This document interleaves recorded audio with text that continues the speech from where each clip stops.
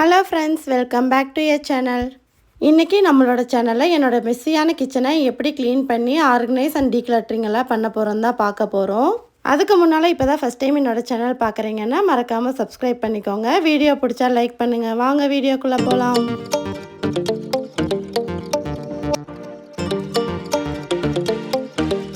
Last ஒரு 3 நாள் பார்த்தீங்கன்னா நான் வீட்லேயே இல்லை. பத்தாவதுக்கு ஜன்னலையும் ஓப்பன் பண்ணி வச்சுட்டு போயிட்டேன். வந்து பார்த்தா ஃபுல்லாக டஸ்ட்டாக இருந்துச்சு. சரி அப்படியே குக் பண்ண வேணாம்னு சொல்லிட்டு மார்னிங் மட்டும் தம்பிக்கு ஸ்கூலுக்கு பண்ணி கொடுத்துட்டு அதுக்கப்புறம் அப்படியே க்ளீனிங் ஒர்க் ஸ்டார்ட் பண்ண ஆரம்பிச்சிட்டேன். ஃபஸ்ட்டு செல்ஃப்லேருந்து ஸ்டார்ட் பண்ண ஆரம்பிச்சிட்டேன். இருக்கிற திங்ஸ் எல்லாமே எடுத்து வச்சுட்டு அதில் இருக்க ஷீட் எல்லாமே எடுத்து வாஷ் பண்ணி வச்சுட்டேன்.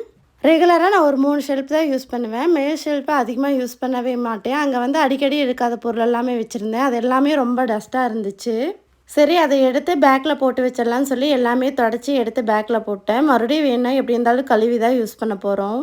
அதுக்கப்புறம் லாஸ்ட்டாக கண்ணன் டிபார்ட்மெண்ட் ஸ்டோர் போயிருந்தப்போ பார்த்தீங்கன்னா 99 ருபீஸ்க்கு 9 கண்டெய்னர் செட் வந்து இருந்துச்சு. அது கொஞ்சம் நல்லாவே இருந்துச்சுன்னு சொல்லி 2 எடுத்துகிட்டு வந்துருந்தேன். ஷெல்ஃபில் எல்லாமே பார்க்குறக்கு ஒரே மாதிரி நீட்டாக இருக்கட்டும்னு சொல்லி அது எல்லாமே ஃபில் பண்ணி வச்சுட்டேன்.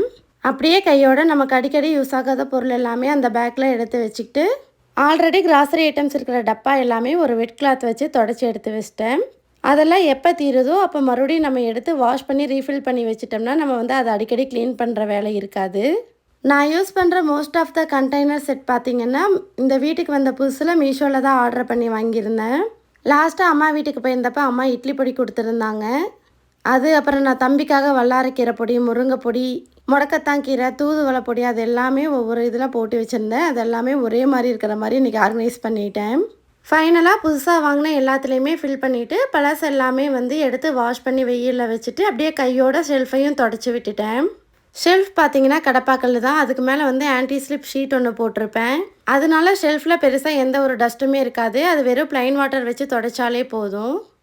ஃபைனலாக ஒரு 90% ஷெல்ஃப் வந்து எடுத்து வச்சதுமே தம்பிக்காக லாஸ்ட்டாக ட்ரை ஃப்ரூட்ஸ் எல்லாம் வாங்கிட்டு வந்திருந்தேன். அது எல்லாமே ஒரே பெரிய பாக்ஸில் போட்டு அதுக்கு எறும்பு போகாமல் இருக்க சாப்பீஸும் போட்டு எடுத்து மேலே வச்சுட்டேன். ஓவராலாக ஷெல்ஃப் எல்லாமே முடிச்சதுமே அப்படியே கவுண்டர் டாப்க்கு வந்தாச்சுங்க. லாஸ்ட் வீக்கு தான் எல்லாமே க்ளீன் பண்ணி விட்டுருந்தேன். இப்போ மறுபடியும் 1 வீக்லேயே க்ளீன் பண்ணுற மாதிரி ஆயிடுச்சு. வீட்லேயே பார்த்தீங்கன்னா கிச்சனில் மட்டும்தான் நம்ம அதிகமாக க்ளீன் பண்ணுறதுக்காக டைம் ஸ்பெண்ட் பண்ணுவோம். ஃபைனலாக பார்த்தீங்கன்னா கவுண்டர் டாப்பில் இந்த நைஃப் ஸ்டாண்டு, ஆயில் ட்ரே எல்லாமே எடுத்து க்ளீன் பண்ணி காய வச்சுட்டு அடுப்பையும் வந்து க்ளீன் பண்ணி விட்டுட்டேன். மறுபடியும் இருந்தது போலவே அங்கங்கே எடுத்து எல்லாமே அரேஞ்ச் பண்ணி வச்சுட்டு டீக்ளட்டர் பண்ண பேக்கையும் எடுத்து மேலே ஷெல்ஃபில் போட்டாச்சு. ரீசெண்டாக வாங்கின கண்டெய்னர்ஸ்னால எனக்கு இந்த ஸ்டோரேஜ் பாக்ஸ் கொஞ்சம் காலி ஆயிடுச்சு. அதுலேருந்து கிராசரி ஐட்டம்ஸ் எல்லாமே கண்டெய்னர்ஸில் ஃபில் பண்ணிவிட்டு எக்ஸ்ட்ரா இருக்க பாத்திரம் எல்லாமே இதில் போட்டு மூடி வச்சிட்டேன். ஒரு வழியாக 3 மணி நேரத்துக்கு அப்புறம் என்னோடய கிச்சனை க்ளீன் பண்ணி முடிச்சிட்டேன்.